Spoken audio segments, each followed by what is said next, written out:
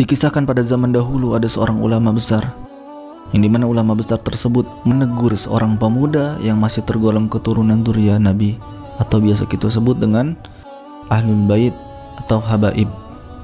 Yang kebetulan ketika itu Ahlul Bait tersebut, seorang pemuda tersebut melanggar hukum syariah. Ulama karismatik itu menasehati dengan sangat lemah lembut serta meluruskannya dengan rasa penuh kasih sayang, hingga pemuda dari keturunan Ahli Bait itu atau Habaib tersebut bertaubat dan menyesali perbuatannya. Apa yang terjadi selanjutnya? Pada malam harinya ulama itu bermimpi berjumpa dengan Rasulullah, yang dengan bangga dan bahagianya Rasulullah Shallallahu Alaihi Wasallam tersenyum atas apa yang dilakukan ulama tersebut. Perlakuan baik terhadap Ahlul Bait yang beliau lakukan rupanya dinilai oleh Rasulullah Shallallahu Alaihi Wasallam.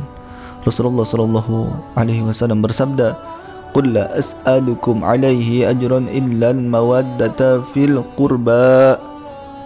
Aku tidak meminta kepadamu sesuatu upah pun atas seruanku kecuali kasih sayang dalam kekeluargaan. Shallu ala Nabi Muhammad. Apa pesannya untuk kita hari ini?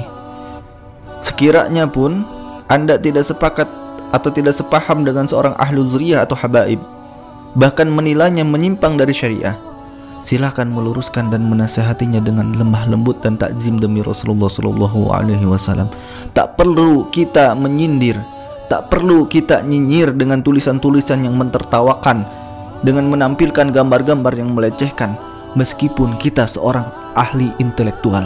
Sebab tanpa etika dan adab, kita bukan siapa-siapa. Apalagi berkah ilmu daripada pengetahuan yang kita miliki saat ini, tentu tak lepas daripada Rasulullah Shallallahu Alaihi Wasallam. Sekelas Imam Asy-Syafi'i saja, ketika meriwayatkan tentang redaksi hadis berkenaan dengan ahli bait, berkenaan dengan keluarga Nabi, beliau mengucapkan dengan penuh takzim. Al-Imam Asy-Syafi'i meriwayatkan hadis, "Lau sariqat fulanatu binti fulanin laqata'tu yadaha." Sekiranya fulanah putri fulan mencuri, niscaya aku sendiri yang akan memotong tangannya. Orang-orang lantas bertanya keheranan, "Wahai Imam Syafi'i, mengapa Anda meriwayatkan hadis semacam itu? Bukanlah redaksi hadisnya yang benar seperti ini? Lau sariqat Fatimatu binti Muhammadin laqata'tu yadaha." Sekiranya Fatimah binti Muhammad mencuri, niscaya aku sendiri yang akan memotong tangannya. Dan Imam Asy-Syafi'i menjawab, "Benar, hanya seperti itu redaksi hadisnya." Lantas mereka bertanya lagi, "Mengapa Anda meriwayatkan hadis fulanah yang mencuri, tidak menyebutkan nama Fatimah?" Allahumma shalli ala sayyidina Muhammad. Allah.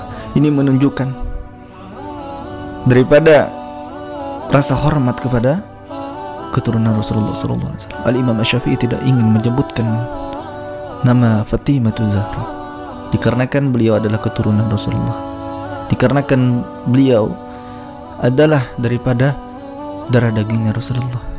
Maka daripada itu, kita mempunyai hati, kita mempunyai lisan, jangan sampai kita mudah memperolok-olok habaib, jangan kita mudah membenci habaib, biarpun kita tidak mengambil standar keilmuan daripada habaib itu sendiri.